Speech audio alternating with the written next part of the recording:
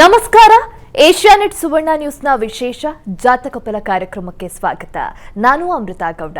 ಈ ದಿನದ ಸಂಚಿಕೆಯಲ್ಲಿ ಈ ದಿನ ಬುಧವಾರದ ಪಂಚಾಂಗದ ವಿಶೇಷತೆ, ನೀವು ಕಳಿಸಿರುವ ಸಂದೇಶಗಳಿಗೆ ಉತ್ತರ ಹಾಗೆ ಪರಿಹಾರ, 12 ರಾಶಿಗಳ ಫಲಾಫಲಗಳನ್ನು ತಿಳಿಸಿಕೊಡ್ತಾ ಹೋಗ್ತೀವಿ. ಮೊದಲಿಗೆ ಪ್ರಾಜ್ಞರಾದಂತಹ ಶ್ರೀಕಂಠ ಶಾಸ್ತ್ರಿಗಳನ್ನ ಕಾರ್ಯಕ್ರಮಕ್ಕೆ ಸ್ವಾಗತಿಸಿಕೊಳ್ಳೋಣ.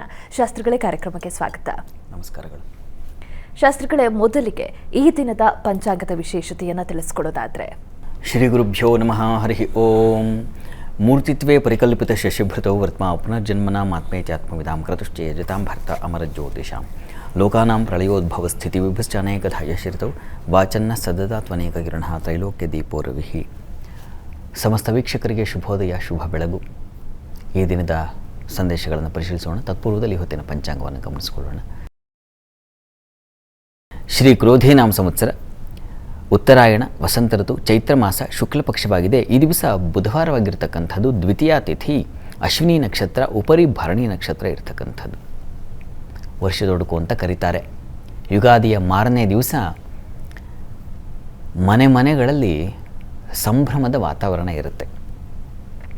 ಅವರಿಗೆ ಇಷ್ಟವಾಗಿರ್ತಕ್ಕಂತಹ ಭಕ್ಷ್ಯ ಭೋಜ್ಯಗಳ ಸೇವನೆ, ಆತ್ಮೀಯ ಬಂಧುಗಳ ಜೊತೆಗೆ ಒಡನಾಟ, ಇದೆಲ್ಲದರ ಜೊತೆಗೆ ಅತ್ಯಂತ ಪ್ರಧಾನವಾದ ಒಂದು ಅಂಶ ಇದೆ.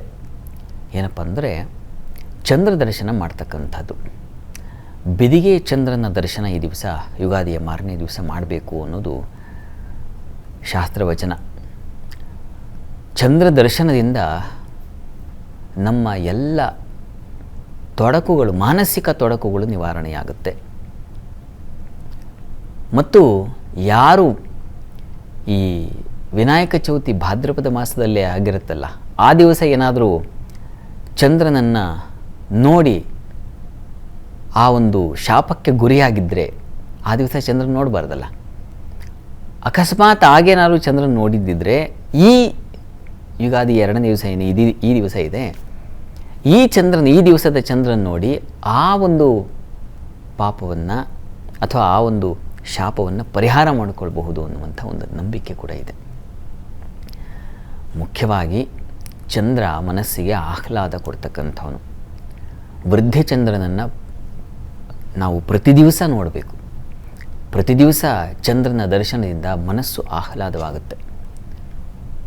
ಚಂದ್ರನಿಂದಾಗಿ ಮಾನಸಿಕ ಉದ್ವೇಗಗಳು, ಎಷ್ಟೋ ಜನಕ್ಕೆ ಖಿನ್ನತೆ ಇರ್ತದೆ, ಸಣ್ಣ ಪುಟ್ಟದಕ್ಕೂ ತುಂಬ ಕೊರಗೋ ಒಂದು ಗುಣ ಇರ್ತದಲ್ಲ, ಅಂಥವರೆಲ್ಲ ನೋಡಿ ಚಂದ್ರನನ್ನು ಪ್ರತಿ ದಿವಸ ದರ್ಶನ ಮಾಡಬೇಕು. ಒಂದು 15ರಿಂದ 20 ನಿಮಿಷ ಚಂದ್ರ ದರ್ಶನ ಮಾಡಿದ್ರೆ ನಮಗೆ ಚಂದ್ರನ ಕಿರಣಗಳ ಆ ಒಂದು ಪ್ರಭಾವದಿಂದಾಗಿ ಮನಸ್ಸು ಗಟ್ಟಿಯಾಗುತ್ತೆ. ಹೀಗಾಗಿ ಚಂದ್ರ ದರ್ಶನ ಅಂತಕ್ಕಂಥದ್ದು ನಮ್ಮ ಮನೋವೃದ್ಧಿಗಾಗಿ, ಮನೋಬಲಕ್ಕಾಗಿ ಚಂದ್ರ ದರ್ಶನ.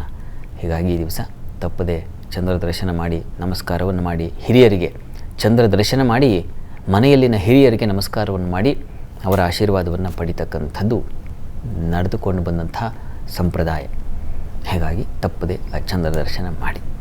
ಒಳ್ಳೆಯದಾಗಲಿ.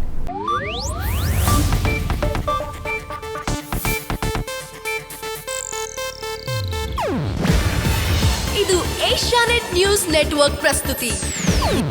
ನೀವು ನೋಡ್ತಿದ್ದೀರಾ ಏಷ್ಯಾನೆಟ್ ಸುವರ್ಣ ನ್ಯೂಸ್.